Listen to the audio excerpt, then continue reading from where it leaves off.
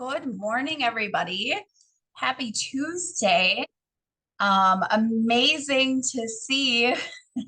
We've got a lot of people coming in early today, so I'm really, really happy to see that. And I am seeing some names across here of a few people I haven't seen in a while. So thank you for joining us this morning.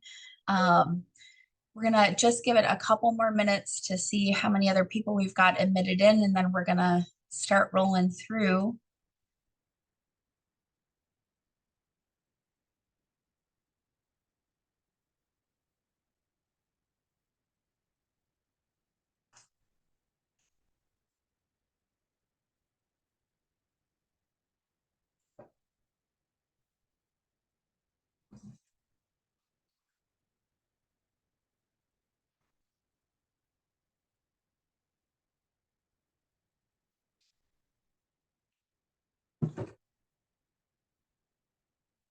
Okay, uh, we are going to get started just due to the fact that we've got a lot to go over again today. And I just want to make sure that there's any questions we get that addressed for you guys. So big things coming up. If you guys have not seen, obviously with the settlement, they're basically stating that all of that needs to come into effect on August 17th. We are seeing forms that are going to be rolled out with this change that are going to be rolling out on August 1st. So in transaction desk, August 1st, you're going to see all of the forms changes that we've been over the past few weeks rolled out.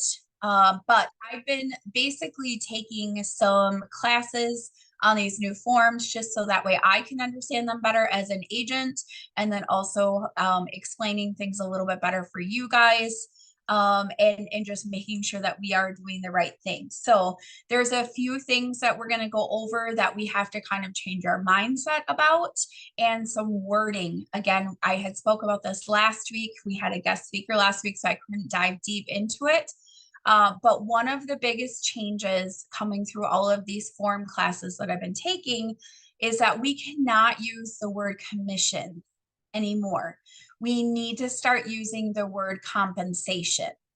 So you're going to basically see in the MLS, it's not going to have that buyer agent compensation field in there anymore. So, sometimes we see 2.5, 2.7. We're seeing all these different things. That is now going to get taken away. So it cannot be on the MLS. It cannot be on Showing Time. It can't be on any feed that is coming from the MLS. So if you think about that, one of the bigger eye-opening ones for me is I literally did think we were going to be able to put it in Showing Time. Well, that's not true, because everything is getting fed from the MLS into Showing Time. So that kind of knocks that out of there. Website wise, it's a little bit tricky because of the fact that our websites, so like if you look at my website, propertieswithjill.com, it is feeding properties from the MLS into my website. So that is not an option at this point either. So there is some workarounds that we're trying to come up with that. But the biggest change that's going to happen is basically those buyer's agents are going to be calling the listing agent to find out what that buyer broker compensation is. So you're going to have to pick up your phones. You're going to have to answer. If you want a property to sell, this is the option that we have at this point. We are working on a couple different things, but again, this is just a really great area for us, and we're gonna have to learn along the way. I'm learning just like you guys are learning, and Randy is as well. So be patient with us, and just know that we're here to help you. The associations are here to help you, and we're just going to all navigate this together. And just like our call last week, Beth reminded us that we are not the only industry going through a lot of changes. So, the mortgage industry seen this in 2008, 2009. The insurance industry has been seeing this for the past couple of years. And then, our industry is definitely seeing that change. So I just want to recap. for the people who are just coming on, we're not using the word commission anymore. It is compensation, and it is always negotiable. So that is something, again, that we just have to really change our wording and our mindset around that. But you guys, it's going to be a change, and these forms are all changing.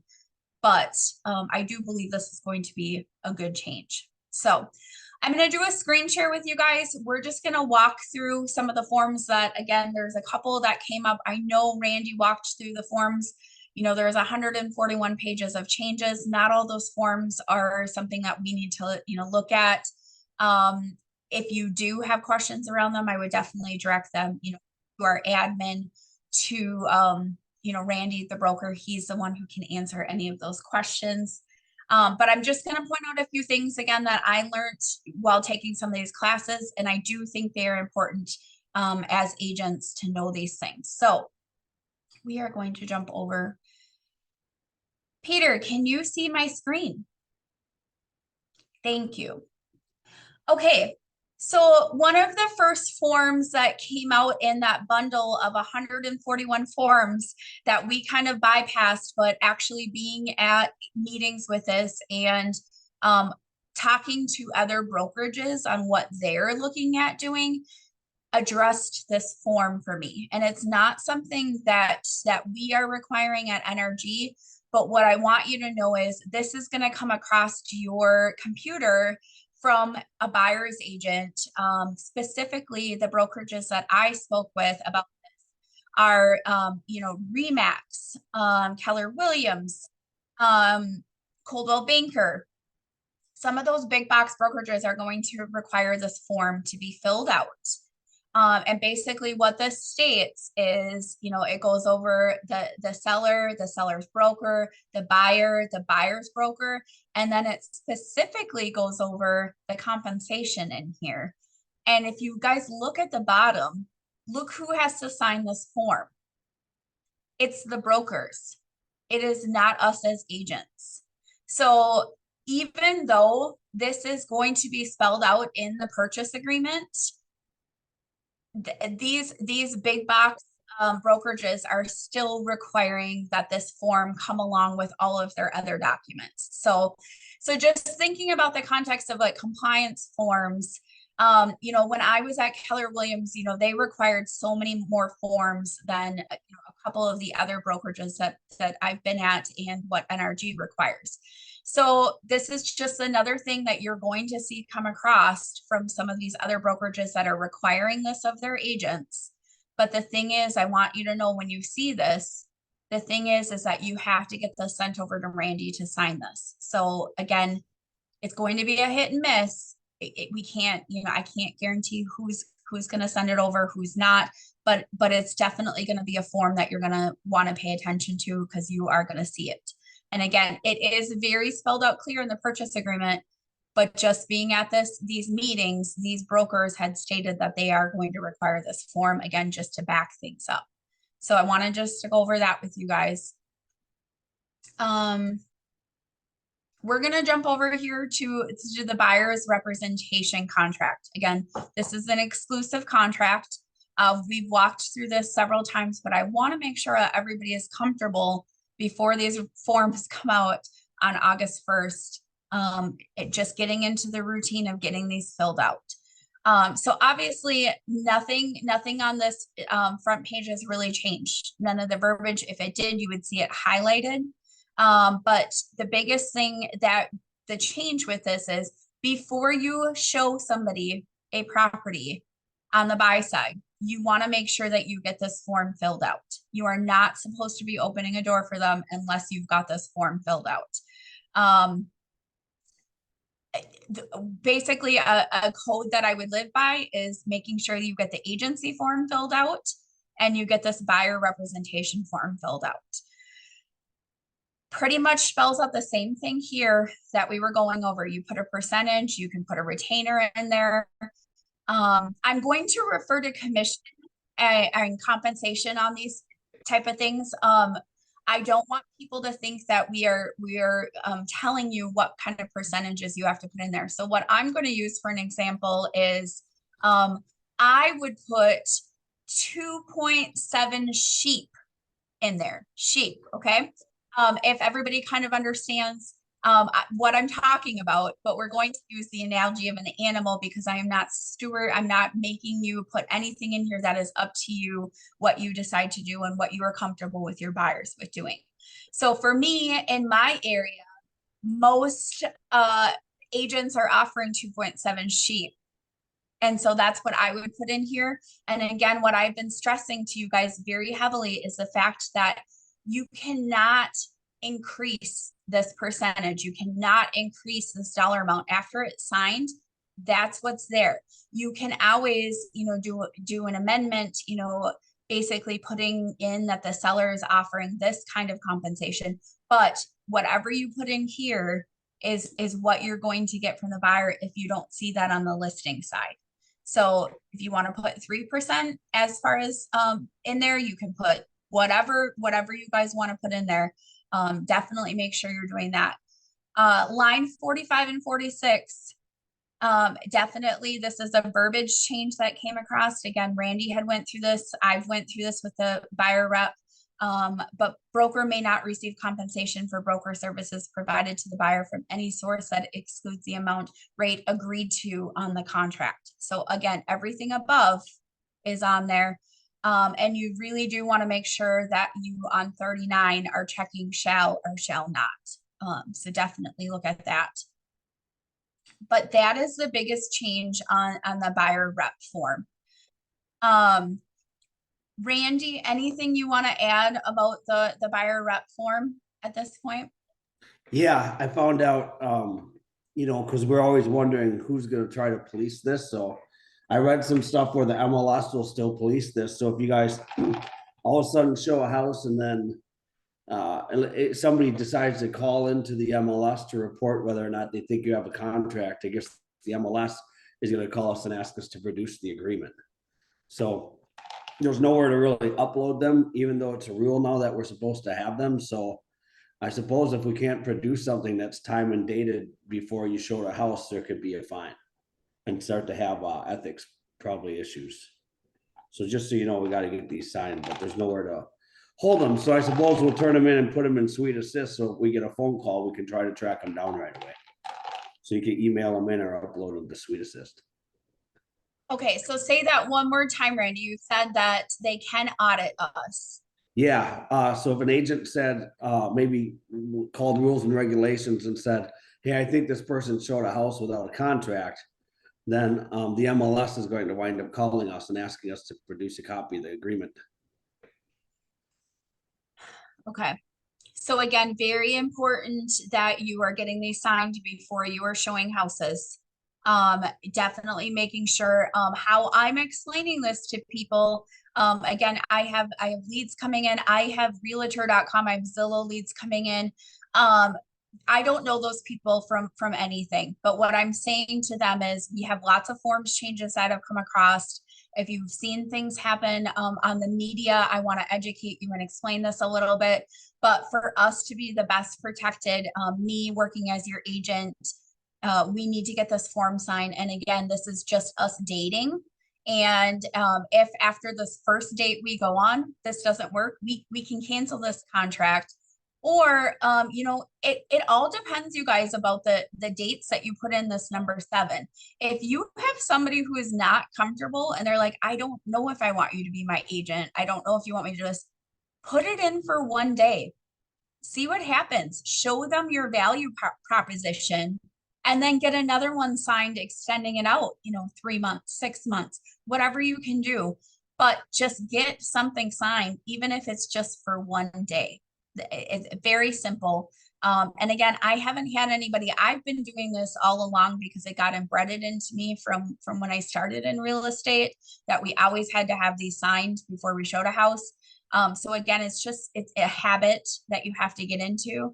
But what I'm basically saying right now is if I get a Zillow lead that comes across, are you pre-approved if you're getting financing? I am not showing a house anymore unless they're pre-approved. And if they are not pre-approved, I'm helping them get pre-approved with a lender. But then I'm also walking them through the agency disclosure, the buyer rep disclosure, or buyer rep contract here.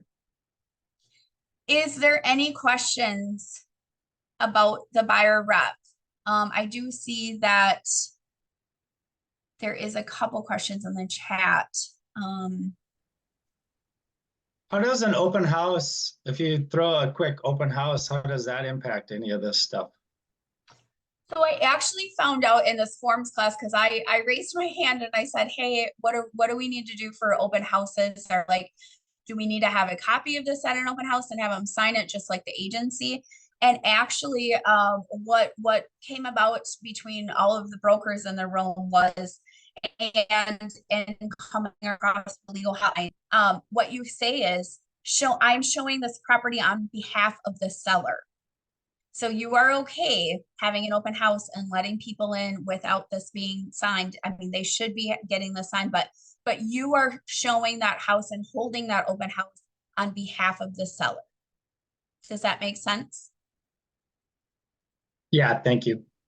Yes. It's something I had jotted in my notes because that was a really big question we had. So, any other questions out there? Let's see. I know Randy, you're answering the chat. If you can maybe just walk through some of these questions with everybody. Yeah, so just to make sure everybody knows, like I was reading the Realtor magazine. I don't know if anybody reads those, but I was actually kind of going through it specifically to see what information there was about the ruling. And what I found was that I threw it away, but I could have held it up here. There was a 2-page thing that went over all this new ruling. And so when I started reading it, I realized that all it is, you guys, is there's all these other states outside of Minnesota that never had buyer rep agreements. And so they're mandating buyer rep agreements. So everything that was in there about practices of buyer's rep agreements, we already have. And then to kind of go back here on the question about, you know, if the sellers are offering a co-op, right, that's all the same. Nothing's changed there either. It's just that you can't find the co-op fee in the MLS. We have to call the broker and ask. So I don't know exactly how all these attorneys thought this was going to break up the industry, but it definitely requires us to talk about buyer rep agreements up front, because we used to just slide them into a PA a lot of times. You know, I'm guilty of it too, right? You show your friends a house and then you break out the buyer rep agreement when you have a purchase agreement, and it's like, don't worry about it. It's all paid for as part of the deal. So you, before you show any houses, you can already call and ask what the co-op is. And I'd be surprised if there's not a co-op in most cases, but we'll deal with that if we start to come across it. So it's just, I want to try to eliminate all the speculation about how this is so much different than it used to be, because it's not. So then she wrote, if you write a buyer rep for 2.7, listing agent only pays 2.5, what happens? Well, it's the same thing that's been happening. So usually what we do is we just forget about the difference because it's very small. What you could do is you could say, well, I have a contract for this, and let's figure out how to add it to the purchase agreement. So in that line in the purchase agreement, you can write additional income if you want to. You could say, look, your listing agent, you guys only agreed to pay 2.5. My buyer owes 2.7. I need the difference on the purchase agreement. And we could always do that if we wanted. It's just most times, unless the payout was significantly less, an agent just calls it water under the bridge, gets the sale, and moves on. So I got one more that from Sean that says that he often meets clients for the first time at a showing from Opacity. Yep. I'm thinking telling them that they have to sign the buyer rep agreement for this specific property for one day. Yeah, we have those temporary buyer agreements. I haven't seen that form. Or Jill, did they just tell you to just sign this for a day, or what was the? Yeah, yep. So basically it's just, sign it for a day, go and meet them, give them your value proposition. And if you're going to continue to keep working with them, then get another one signed to extend it out. But yeah, just a day, 2 days, whatever it's going to take, to get their attention and get it in there. But yeah, definitely. Okay, maybe I'll comment a little more on that and let Jill continue with the forms. Oh, yes, Jennifer Higgins, you can absolutely steal what I put on Facebook. I will get that shared out onto the energy group. It's a little blurb that I sent out on my Facebook that just, is letting everybody know that there is a change happening. I will get that put on there, and you guys can copy and paste it and share it all you want. Absolutely. I'm very transparent, and you guys, anything I do, you can do. So absolutely. The one thing I do want to mention to you guys, because we do see it quite a bit, in this buyer rep, I want to make sure that on line 129 that you guys are putting the broker admin fee in there. So again, in 129, I always put broker admin fee paid by buyer at closing to National Realty Guild of $595. Again, just because it's spelling out and it's letting everybody know, like, this is a broker admin fee. This is what a broker admin fee is for. And I go over that and I explain that with them as well. So just really make sure that you're spelling that out. Then you don't have the problem when all of a sudden they're seeing it on the Alta at closing and they're like, what is this? I don't know what this is. So basically, I use it as reassurance to go, remember, we talked about this. And we did go over it. And yes, Mike, thank you so much. Admin fee, exempt VA. Yes, absolutely. um,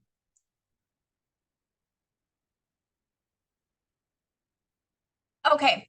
Any other questions in reference to buyer representation before we move on to the next form? You Yeah, said, Jill, oh, go ahead. oh no, I just want to make sure for the admin fee. Is it $5.99 you said, Joe? $595. $5.95? Oh, thank you. Yep. You Yep. might want to write additional broker's compensation. And then Mike has a question about the VA. So how is this? We've had different lenders say different things about how to collect this. And when a lender had said the same thing, we don't pay a broker admin fee. When it's compensation as it's part of the agreement. So I was waiting for a lender to confirm exactly when and how these fees are collected and what. We do have a question out to Matt on that, and I also have a question out to him on written statements, and he's actually diving into that because, again, everything changed in their world all of a sudden as well. So they're really trying to get this figured out. So yes. The one thing I would say with VA deals, the last two that I've had the seller pay the admin fee. And that's right within the purchase agreement. You can state the seller will pay additional money.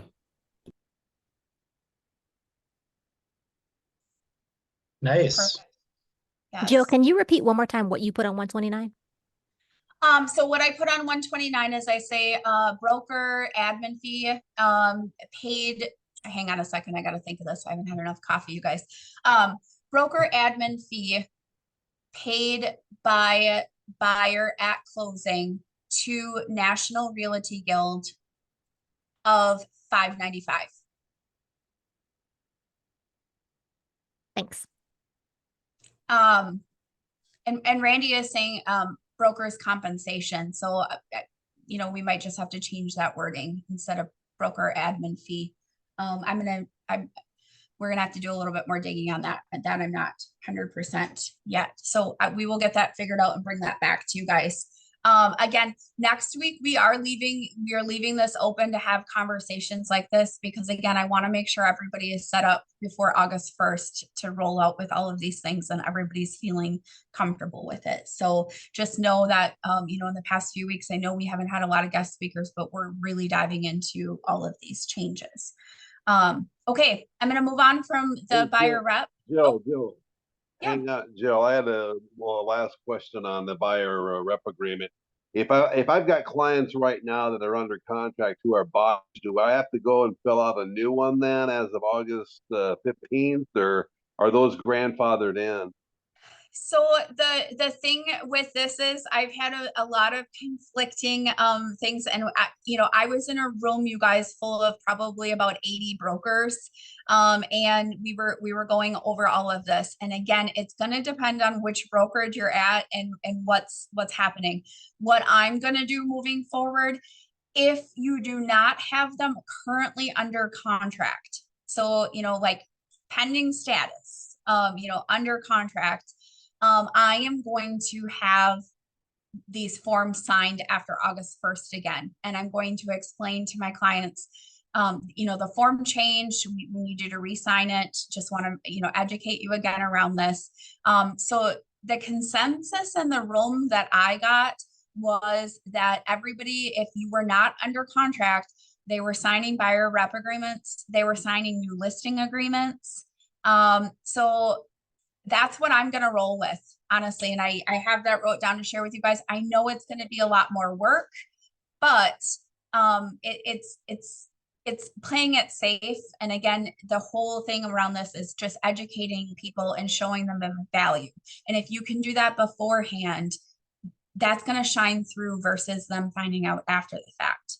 So I would get it re-signed after the 1st. The other disclaimer that I want to throw out there to you guys as well, all of these forms, which are, 141 pages of forms that are changing in our transaction desk, please do not be surprised.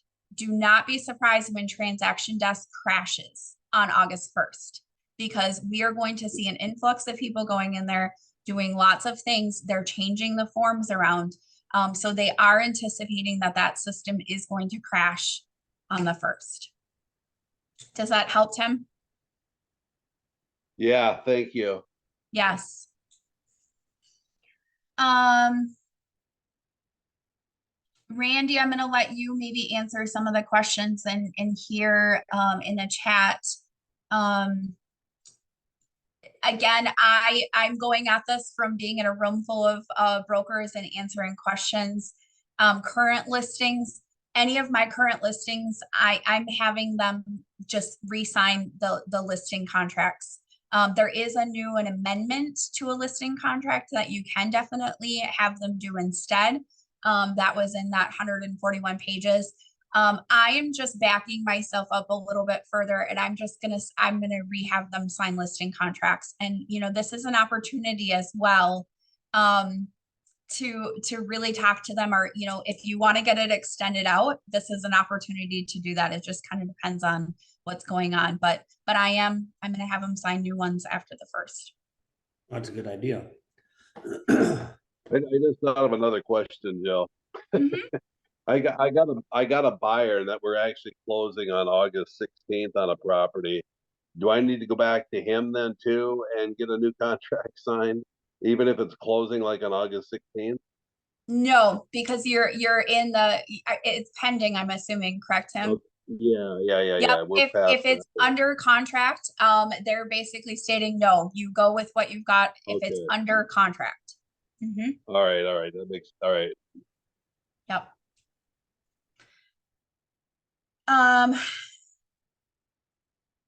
I'm not canceling out contracts. Basically what I'm doing is, and I'm just basically getting a new contract signed. What they stated was, you're not canceling the MLSs, you're not doing anything like this. This is just because of the fact that you've got new forms coming out. And if you change something on the contract, then absolutely you can change it in the MLS. But again, this is backing us up for compliance as well, and making sure that we're doing the correct thing.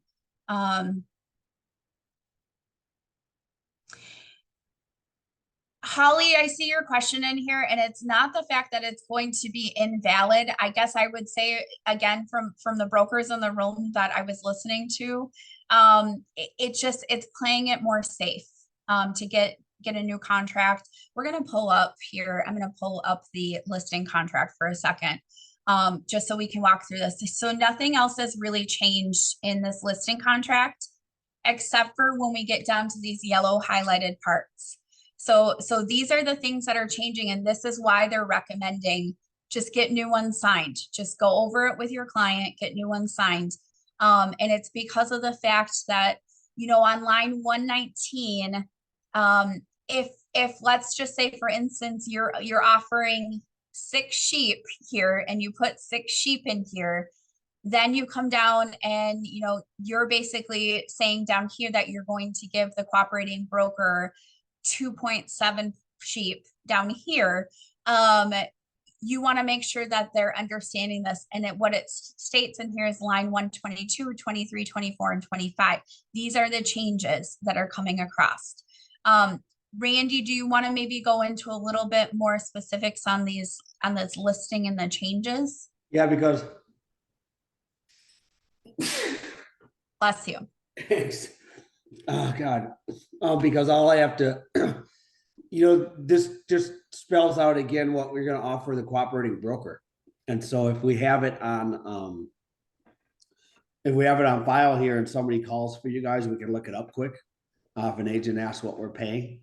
And then basically, if you were going back to the re-sign this with your listing, which you don't have to, but if you want to go back and re-sign this and update it, you can just tell your seller, basically, this is so that we can have on file what we're going to share, because they're going to remove the information from the LMLS. So the only thing that's going to happen is the agents are going to start calling into the listing agents in the offices to ask what their payout's going to be. I hope that makes sense. A And so- majority of these changes are just us backing up again what we've been doing, but it's just like spelling it out very clear, and you're going to see it a ton of different ways, but it's spelling it out. There is one question in here, and Sarah Johnson, thank you for being on the meeting. I'm so happy to see you in here. And I know you asked this question on Facebook and we didn't get a response back. This is a question I definitely want Randy to answer. This is a tricky one. So she says, I have a buyer that contacted me about viewing homes that I am the listing agent for, and they tell me they do not want representation from an agent. I always have them sign an agency form before showing the home. Do I have to force them to sign a buyer rep form? You know, I don't think you can force anybody to sign anything. So what you would do is you would have your agency agreement, if you can get that signed. And then anytime you can't get an agreement signed, you can always write buyer declined to sign anything on it and put a date on it and put it in file. That's what we've been told to do before by the legal board or whatever. And person becomes a customer then. You know, so then when you write a purchase agreement, there's no facilitator, there's no buyer rep, seller rep, dual agency. You just write, I've been told there's not a box to check, but just write in customer. So the state of Minnesota reverts that person back to an unrepresented customer. If you get enough requests, you could always just throw an open house and have them all come during that.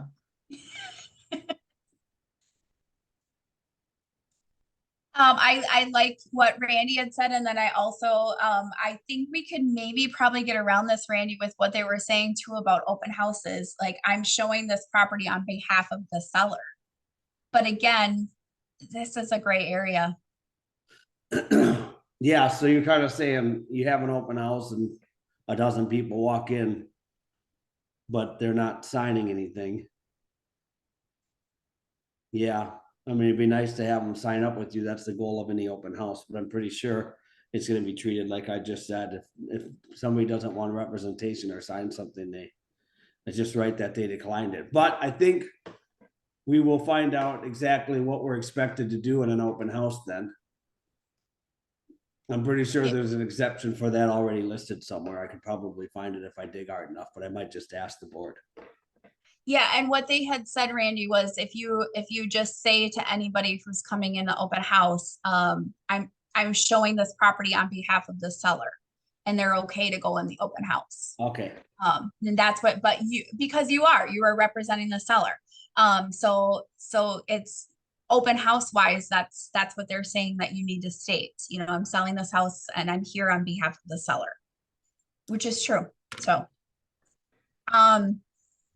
okay. So this is basically the changes in the listing contract. Again, it's just really spelling it out in here.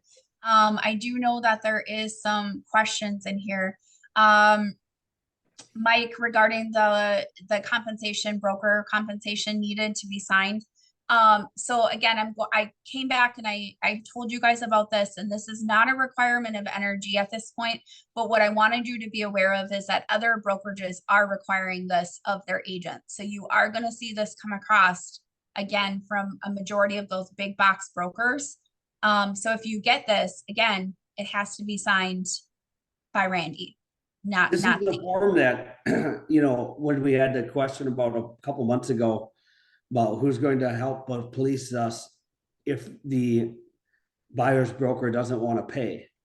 And so, or the seller's broker or listing broker tries not to pay. Well, if it's not in the MLS used to say, okay, well, the MLS said 2.5 the day an agent showed a house. So the MLS would find the listing broker if they didn't pay us the 2.5.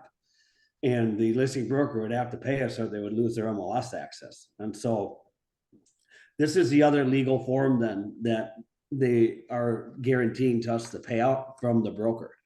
Then you also have that listing agreement. There's the other disclosure that would say what the payout was. And I feel like it's just that information's been transferred into the listing agreement now. So the listing agreement has the amount and then this has the amount.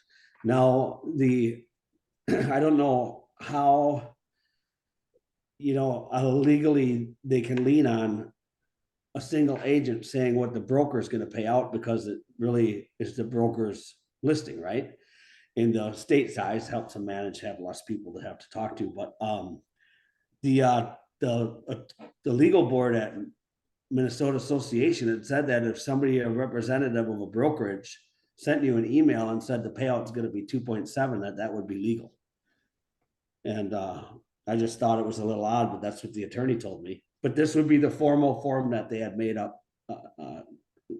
So if you really are concerned about it, you could get this form. The other thing is if a listing agreement says that the seller, is going to pay that amount and you get a copy of that, I think that works also. Randy? Yeah, these guys, I feel like they were put in a position that they had to draft an additional agreement. And then this was the agreement that they came up with. Randy, I have a question. Yeah. You said that if the agent sends it as an email form, that would verify the payout. Did That's they what say the lawyer told me at the state. Okay, did they say anything about If it? an agent, Text? an active licensed agent at a brokerage had sent over a message saying I'm paying out X, that could be construed as the legal. Would a text message be held just the same or no? Don't know. Okay. I mean, it puts it in writing, so I don't see why it wouldn't. Okay. I text a lot. Licensed agent. Okay. Yeah. Personally, I would probably have it in email to be safe in the beginning.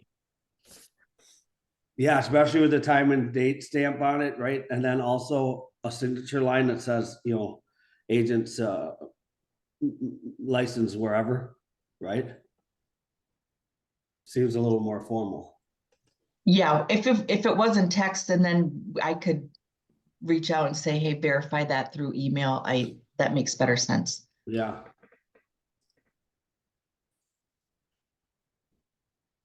Okay, so basically going back, this is a form, you can definitely use, but a majority of this is, I'm just bringing this to you guys as awareness because you are going to see this come across with offers. Again, just from going through meetings. What I want to do is I want to pull up the purchase agreement because again, I know we have a lot of people on this call that we did not have on the last call.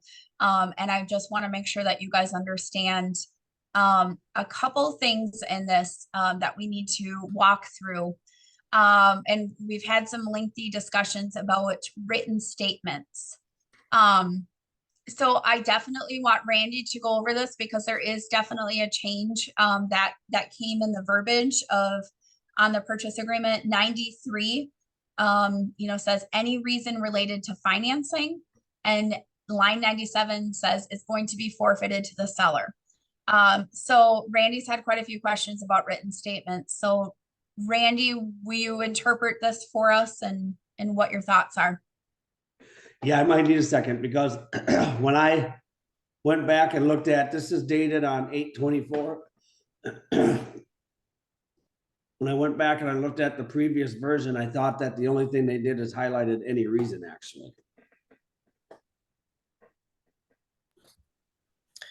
Yeah, the only thing I would say, like, there are a lot of, I find there are a lot of realtors that don't understand the importance of the written statement. And that is huge because it really determines earnest money in the sense of if the buyer's going to forfeit it or not. So that date, that written statement there, it is extremely important that if you're a seller, that you're getting that written statement, and if you've got a buyer, that you're delivering it on that time. So, perfect example, if you have a written statement due today, let's say I've got the seller, and we had somebody call me and say, hey, if this thing falls apart, I want to put an offer in, and they put a better offer in.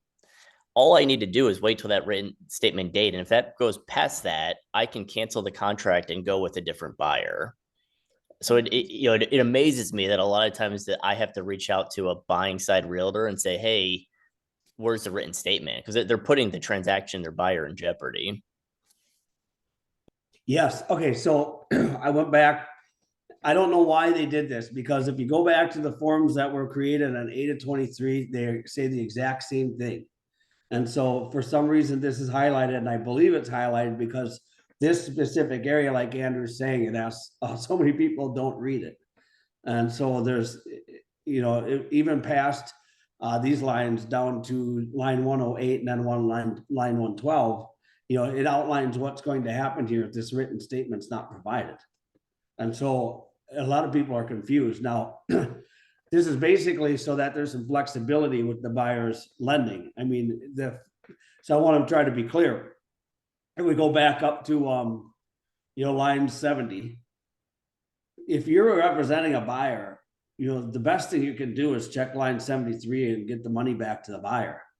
But if I'm representing a seller, my perspective is you're not going to take my seller off the market for 45 days and get your money back. So I would try to go to have this, say, forfeited to the seller. So a lot of people are like, yeah, but we are not 100% sure, the loan officer is not, going to guarantee this for the buyer. And so the buyer needs some flexibility, so that we come up with this whole other thing about providing a written statement to potentially give somebody a little more time to get their loan in order. And then if there's anything that can affect the ability to close, it gives the seller a way to say, okay, well, I've dealt with you long enough, now I'm going to cancel. So the problem with this is also in Minnesota, unless something's changed in here, written statement on line 79 isn't defined. So if you read what's going on here, it talks about a statement about first financing, subordinate financing, but if it were me, I would want to see a copy of the exact underwriting conditions. I guess they're kind of looking for the lender to say that everything is all set, and outside of closing, there's really not any other conditions to be met. That's something any lender could write down. I guess you can't tell if somebody's lying, it's fraud. We can't rely on people committing fraud. I mean, we have to go with kind of the golden word or whatever here and just assume that everybody's giving you the right information, right? But I mean, even like a pre-approval letter, everybody knows how much water those hold sometimes. I mean, they're able to print them off in the past and just shoot them out, and that's why all these deals fell apart, and that's pretty much why this line 77 to 108 or whatever exists. So there's a way to come up with a longer part, but those lines in 93 and 97, that's been there for years. All they did is highlighted this to let people understand that, if we get to that point, the money's going to be forfeited to the seller. I think too many people called in with questions about what this says, and I would encourage anybody to just read these 10 lines, and it makes a lot better sense. Perfect. All Yeah, right, I we're think gonna- 95% of the time, if I counter a buyer's offer, it's this specific portion. Because again, to Randy's point, it gives a buyer stake in the game, and you shouldn't be, having a home off the market for 35 days when the buyer has no stake in the game. Right. Okay. we're Well, if you gonna- wanted to, the line's 104 or 108 or whatever, I talked to somebody about that on Friday night or something like that. So he had two offers, and one of them in line of 108 said retained by seller, and the other offer said retained by buyer. You know, and then line 12 was opposite also. So whoever said seller on 108 said buyer on 112, and then opposite. So I'm like, whoever filled out this PA didn't read what they're doing, because both of them had completely opposite stuff. And in my opinion, you know, basically, if the written statement's not provided in 104, I feel like the money should be retained by the seller, because that means the buyer is jerking around the seller, or the agent's not on top of their game, right? They're just not doing what they said they would do in the terms of the purchase agreement. So, I mean, it's up to you guys how to represent your buyers. Obviously, you want your buyer to get out, but if you want a seller, you want to protect them. I personally think that if I represented a seller, I'd be saying retained by seller at 108 and 112. It's just kind of a little bit of a weakness to say on 108, okay, well, okay, if you can't get this done, then we're going to cancel, and you can get your money, you can walk away. I guess if you can't get us a written letter, that means you're probably not going to get your loan, but our buyer needs to move on at this point. So somebody could say at 108, yeah, here's the money. But then, you know, 112, I think is more like, okay, now you've messed around long enough. You know, you haven't provided, you know, just the seller's going to take the money and leave. But like I said, in my opinion, if you're representing a buyer, you do it one way, and if you represent a seller, you do it the other. It's just like the other thing I'm going to just say again, because everybody keeps misconstruing this.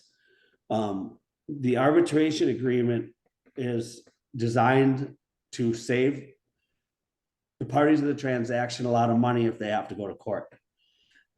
If the deal is $15,000 or less in damages, you have to go to conciliation court anyways. That's the terms of an arbitration agreement. But remember, sellers don't sue a buyer that bought their home, right? Buyers sue sellers because they find problems. And so the arbitration agreement makes it easy for a buyer to sue a seller, because it only costs like $800.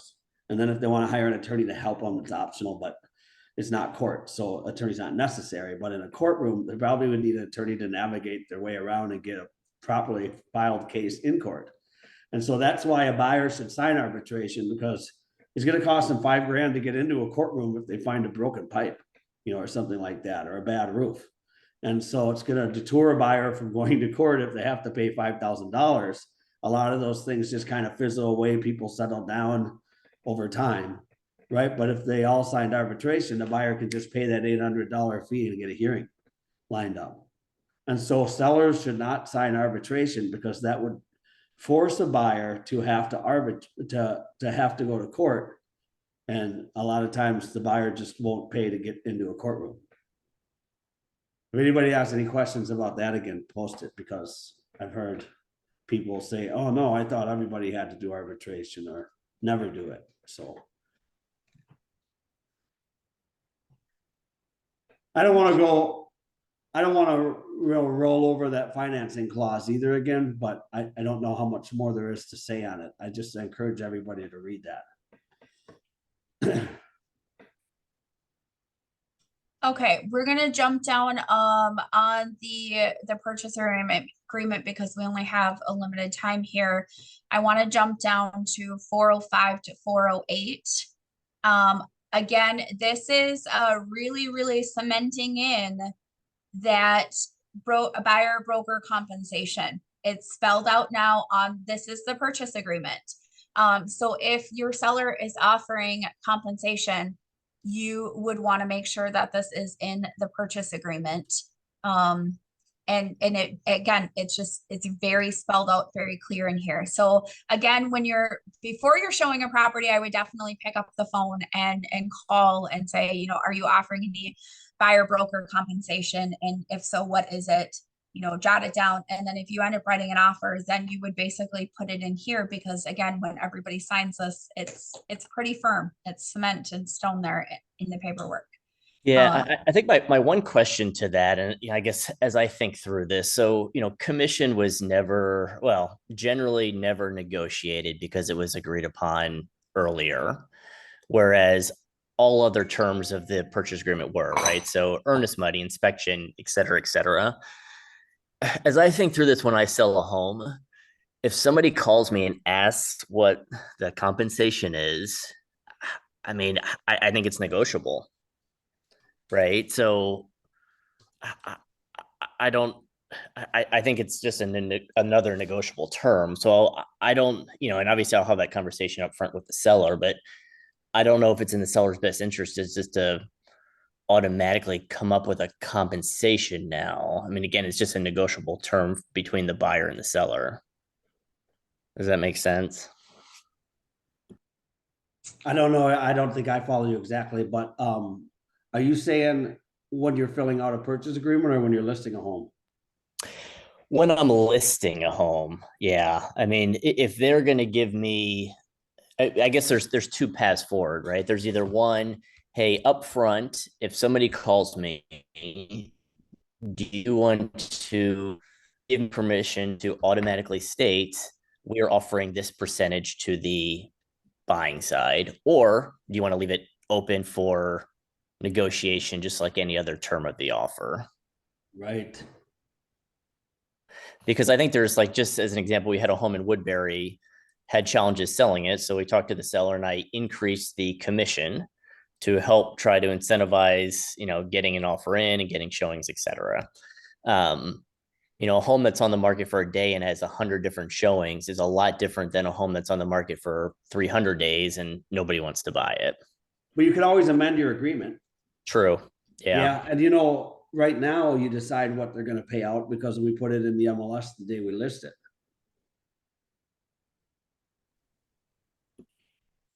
So I would probably say that you come up with that amount to compete with the other homes on the market and then Yeah.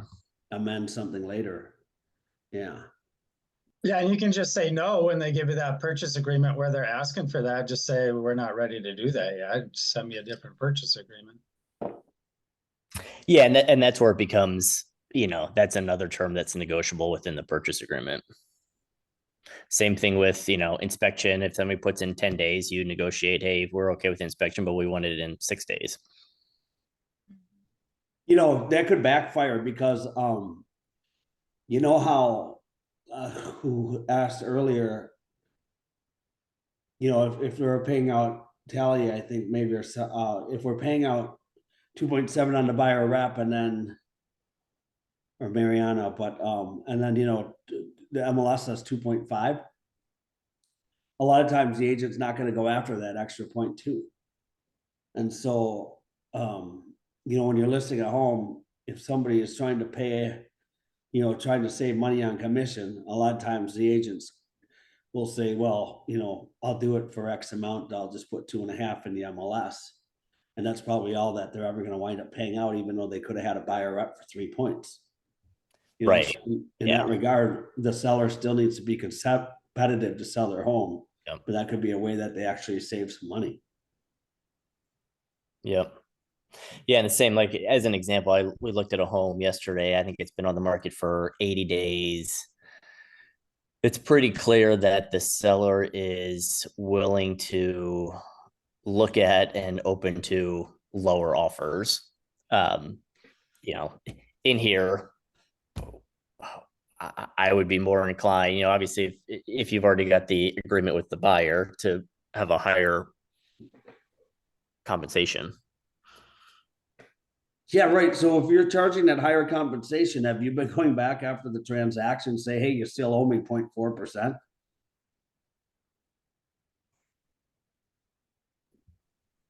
To the buying side or the selling side? Well, to the buy side, well, to any side. Right. I mean, have you been signing them for 3 and then the MLS pays out 2.7 and you're standing around going, hey, somebody owes me 0.3%? No, I've never done that. I guess that's where my thought goes with a buyer's agreement. Now it's pretty important to be planful in terms of what percentage you're going to put in there. Yeah, right.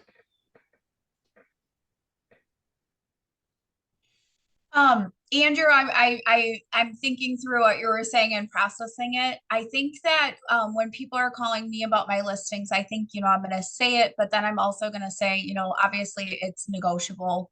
You know, write it into the purchase agreement and we'll kind of see. I kind of think that it goes back to like the terms and what's gonna work for everybody. Yeah, So, exactly. And when I yeah. talk to this, when I talk to sellers too, I tell them like it is important to incentivize buyers to get a deal, a buyer side to get a deal done, right? Like our job is to mutually create a mutually beneficial transaction for our parties, and that will help you from a return on investment standpoint when you sell your home. And think of it like it's baked into the price of your home. And you know, I'll have that same conversation. I think that the question then just becomes, you know, again, do you figure out what that percentage is up front or is it negotiable on the back end? Yeah, it's a tricky one because of the fact of like what you said, if it's on the market and you've got 100 showings the first weekend, and then all of a sudden, you know, it's been on the market for 80 days. Yeah, it makes you think differently about it. And the market that we're walking into. Yeah. Very interesting. Thank you for that. There was a question up here that I just wanted to address about buyers agents and getting paid in case it's already so hard for buyers to come up with additional money required for down payments, different things like this. You guys, we talked about this last week or the week before. You need to be in constant communication with your lenders, because just like we wrap in seller paid closing cost, you can wrap in, you know, definitely, you know, commissions, but you need to be very aware with that lender that that is something that will work for them. And then also the one thing that got jotted down in the classes that I took was, if you're going to do something like that, you better make sure that you put appraisal terms in the purchase agreement, because you want to make sure that that property is going to appraise out. If you're upping the price of it and wrapping all that stuff in. Oh, I'm gonna get ready. So you definitely want to make sure you've got an appraisal clause in that purchase agreement. That is definitely something to be careful of, because appraisals might be going through now, but we don't know and we can't predict what's going to happen on that end. So hopefully that helped address that question. Does anybody have any questions? I know we're coming down up to the top of the hour. Does anybody have any questions in reference to 405 to 408? There's not really any other changes on that purchase agreement. Or any questions for Randy in general? Let's just do that.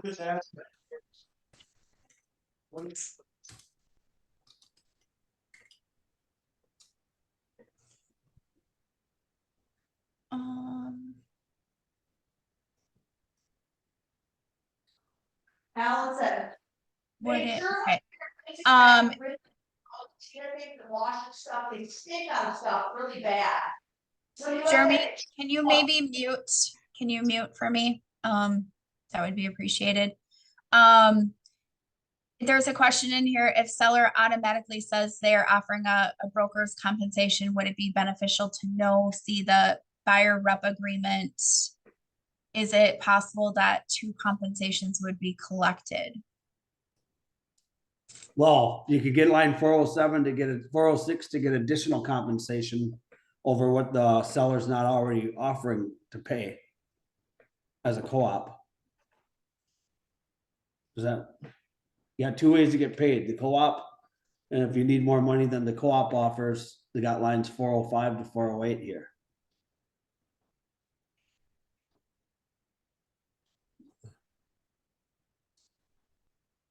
So I think, do we have to go back and, you know, point out that lines 405 through 408 were written into the purchase agreement, so that if there's not a co-op or it's not clear what the co-op is, then this can be paid over and above the co-op. I mean, you could always start out any purchase agreement without calling the listing agent. And you could write in here, you know, compensation's 2.7%. And then they're just gonna get the offer and they're gonna say, oh, we're already offering a co-op, so we're gonna drop this down to 0.2 or 0, right? If you do that all the time, you don't ever have to make a phone call or figure out, how we're gonna be passing on the information of what the payout's gonna be. You don't have to worry about it. You can walk around and write 100 offers, just put it in here. And if it doesn't get caught by the listing agent or the seller, then you got the right to get a lot of money, but not really, because you're gonna be capped off on your buyer rep agreement. But Talia, I just want to point out, you had said, can you note a seller concession in the agent remarks that can be used towards comp? Heard this from someone at a previous brokerage. I would recommend to you, and again, this was a very extensive conversation in the forms classes that I was in. The MLS is going to be watching this very heavily. I would not recommend putting anything in agent remarks. I would not recommend putting anything in the MLS that has something to do with compensation or any of those things. It got pulled from the MLS, and I understand we're trying to work around with it. The only thing that a lot of brokers were going to do is put in agent remarks, and it says, for further information, reach out. And they were basically going to create like a Google Doc, and people could click on that Google Doc, and then they could see the address and what was being offered. But again, it's taking them to a whole different place. But the easiest workaround with this right now, again, you guys, is just going to be picking up the phone, sending an email. Emails aren't always responded very fast. So yeah, that's the workaround right now. Thanks, Jill and Randy, for helping try to guide us through this crazy transition that we're dealing with. Yes. I want to remind you guys that I know change is hard, but we are going to get through this. About just explaining it to your clients, educating them best you can. Do not let them, believe everything that they're seeing on the media, because that is driving what they know about it. So just really show your value proposition and educate them around this. Out of the 10 listing appointments that I've been on, in the past couple of weeks, I've only had one seller kind of come back and say, I don't want to offer that. And I'm like, well, okay, that's up to you. That's your decision. But we're not going to get as many people through the property. But you're going to have to promise me in 2 weeks. If we're not seeing a lot of activity, then we might have to change this. And there is an amendment changing that now. So it's just about having those open conversations. So Jill, this is Steve Whitaky. I've got a question for you and or Randy on 405 through 408. And I want to kind of put it in real world numbers. If that's I don't hear okay, this. to better understand this. Oh, can You you guys say hear that again? Randy's having trouble hearing you. Yeah, I got a question. I want to put lines 405 through 408 in real world using numbers, because to better understand it. As an example, I'm a buyer rep. I have a buyer rep agreement at 3%. I have called the listing agent. They said the seller is willing to pay 2%. So in 405, you could write in a 1% in line 406, say requesting the seller to pay an additional 1% to cover your buyer's compensation agreement. Is that correct? Yeah, But the seller could say go pound pavement. the seller could what? Yeah, The they're not seller going to could say let that. If they tell you absolutely not. 2%, they're not going to give you that other 1%. Your buyer's going to have to give it to you. Well, yeah, so how much was on your That's buyer kinda rep? where I was going here, and that's where that in addition comment in that line 407 in that last sentence, the seller isn't going to raise it, so it's going to be up to you and your buyer to make a decision. When it's 0.025 or 0.25, it's one thing, but it's 1% on a $300,000 sale, that's $3,000. That's a little bit bigger number. Well, yeah, but So- remember, the totals can't equal more than your buyer rep agreement either. Understood. And that's why I prefaced this as the buyer's rep agreement is 3%. The listing co-op broker fee is 2%. That's, on a $300,000 house, that's a big number. And then you have to figure out how you're going to get that additional paid if you want to still get that extra 1% from your buyer, who may not have the resources to do that, both in the purchase or in the loan docs. They're at their max already. So it's just something that you need to be aware of as a buyer representation agent, that you may not get this money. To Andrew's point on the listing side, if you're representing the seller, absolutely, you want to leave this as negotiable in that listing agreement. Say, yeah, I'm willing to pay a co-oping broker compensation, but I don't necessarily need to tell them exactly what it is until I see an agreement come in.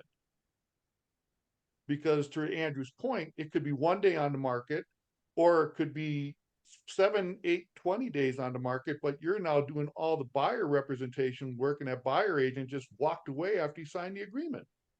Well, yeah, So but there's a lot here to educate your sellers and your buyers on across the board, and as a compensation, it's completely 100% negotiable out there. it's always been. Exactly. And from a personal standpoint, I've always told my sellers that if I sell this house in the first couple of weeks and it's a great deal, we absolutely will reduce your listing commission, because I didn't incur any marketing costs. Hmm. So Yeah. that's just how I've been doing it for 30 years. So no, that's absolutely been negotiable and still will continue to be negotiable. And thank you for mentioning that. You know, we are in a better place than a lot of other states because again, we've had the forms in place here in Minnesota. And so this is just an easy transition over. There's just some verbiage changes. There is a comment in the chat that I just want to make sure that everybody hears this and it's recorded and everything's on here. Your fiduciary duty to your client is to show them properties no matter what the compensation is, listing. You cannot take it into your own personal account to say, I'm not going to show somebody that property because they're not offering, correct buyer broker compensation. That is not your fiduciary duty to your clients. So please make sure you are being very careful about that. And really talking to your client buyer rep, here's what could happen if they're not offering compensation to me and how we're going to make it work. We have to problem solve this. But I want to remind everybody, it is your fiduciary duty to help your clients. Randy, anything else you want to end with? We definitely went over time, but we went over a lot of stuff. No, fiduciary duty is an issue. So, the only way around that would kind of be to sign probably a facilitator agreement. That doesn't outline all those fiduciary duties, but I mean, the whole idea is to represent somebody properly, and that's kind of what our job is, first of all. So trying to get around that all the time probably isn't the best practice, but that would be a way to not have to show a house that until the compensation is defined. Maybe we'll just keep on picking up on this. This is going to be a lot of stuff, and a lot of agents have been sliding by without having to have these conversations because it's always been co-opted. So we'll continue to engage in them together, and everybody can kind of share their practices. Absolutely. All right, you guys, I appreciate you taking the time to educate yourselves because educating yourselves is going to help you educate your clients and also move you forward in the correct direction. So thank you for doing that. Reach out to Randy and the admin staff if you have any questions. Next week, we're going to continue to keep diving into this. We're gonna dive into some more like clauses and different things. I've got another class coming up this week, so again, I'm going to share any of that information that I can moving forward, but definitely reach out if you need some help, again, to Randy or the admin staff. They can do that for you. So thank you for your time today. Thank you. Thanks for the great hour. Thank you. Bye guys, have a great week. Yeah, have a good day. All right.